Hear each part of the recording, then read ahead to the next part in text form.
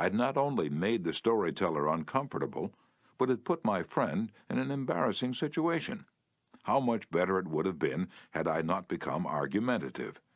It was a sorely needed lesson because I'd been an inveterate arguer.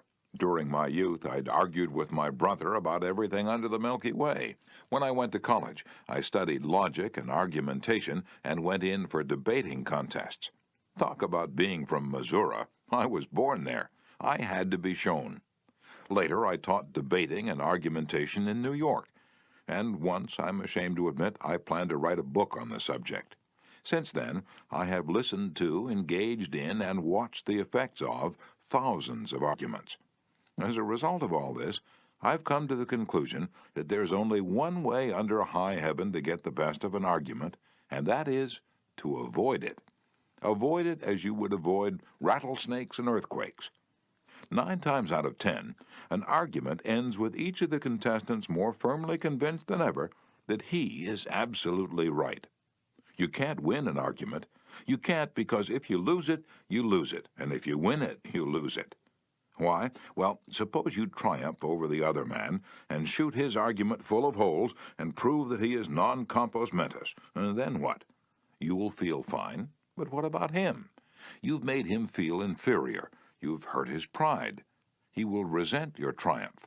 And a man convinced, against his will, is of the same opinion still. Years ago, Patrick J. O'Hare joined one of my classes. He had had little education, and how he loved a scrap. He had once been a chauffeur, and he came to me because he had been trying, without much success, to sell trucks. A little questioning brought out the fact that he was continually scrapping with and antagonizing the very people he was trying to do business with. If a prospect said anything derogatory about the trucks he was selling, Pat saw red and was right at the customer's throat. Pat won a lot of arguments in those days. As he said to me afterward, I often walked out of an office saying, I told that bird something. Sure, I'd told him something, but I hadn't sold him anything.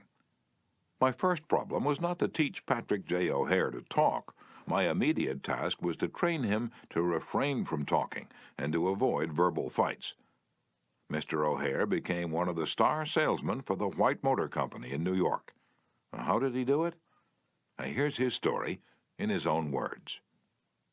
If I walk into a buyer's office now and he says, What, a white truck? They're no good. I wouldn't take one if you gave it to me. I'm going to buy the Who's-It truck. I say, the Who's-It's a good truck. If you buy the Who's-It, you'll never make a mistake. The Who's-It's are made by a fine company and sold by good people. He's speechless then. There's no room for argument. If he says the Who's-It's the best, and I say sure it is, he has to stop. He can't keep on all afternoon saying it's the best when I'm agreeing with him. We then get off the subject of the Who's-It, and I begin to talk about the good points of the white truck. There was a time when a remark like his first one would have made me see scarlet and red and orange. I'd start arguing against the Who's-It, and the more I argued against it, the more my prospect argued in favor of it. And the more he argued, the more he sold himself on my competitor's product. As I look back now, I wonder how I was ever able to sell anything. I lost years of my life in scrapping and arguing. I keep my mouth shut now. It pays.